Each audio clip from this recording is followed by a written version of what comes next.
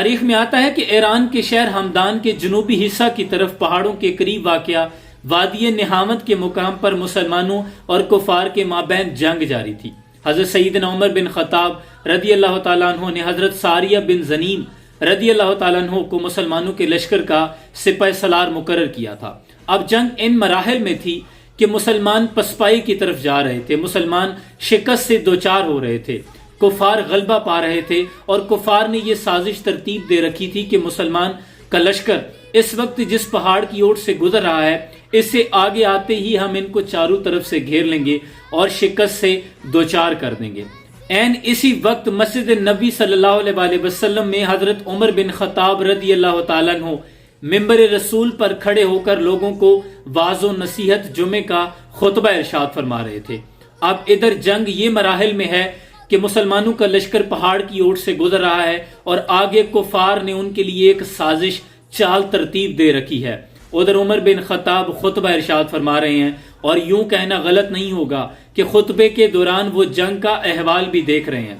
اب خطبے کے دوران ہی حضرت عمر بن خطاب رضی اللہ تعالیٰ عنہ نے 3 مرتبہ بلند آواز میں فرمایا، یا ساریۃ الجبل، یا ساریۃ الجبل، یا ساریۃ الجبل۔ اب سامنے بیٹھا مجمع جامد و ساکت حیران رہ گیا کہ یہ کیا ماجرا ہے۔ عمر بن خطاب نے خطبے کے دوران یہ کیا الفاظ ادا کیے ہیں؟ ساریہ تو اس وقت وہاں جنگ لڑ رہے ہیں، یہاں تو مجمع میں موجود نہیں تھے۔ اب جب نماز جمعہ کی ادائیگی ہو گئی تو عمر بن خطاب سے لوگوں نے یہ پوچھا کہ یا امیر المومنین، یہ کیا ماجرا تھا کہ آپ نے خطبے کے دوران ہی یہ کیوں فرمایا یا ساریۃ الجبل؟ ساریہ تو یہاں موجود نہیں تھے۔ تو عمر بن خطاب نے فرمایا کہ مجھے ایسا محسوس ہوا کہ اگر مسلمانوں کا لشکر اس پہاڑ سے آگے گزر گیا تو کفار نے سازش ترتیب دے رکھی تھی، مسلمان شکست سے دوچار ہو جائیں گے، اس لیے میں نے خطبے کے دوران ہی بآواز بلند کہا کہ یا ساریۃ الجبل، اے ساریہ پہاڑ کو آڑ بنا لو، پہاڑ سے آگے نہ گزرنا۔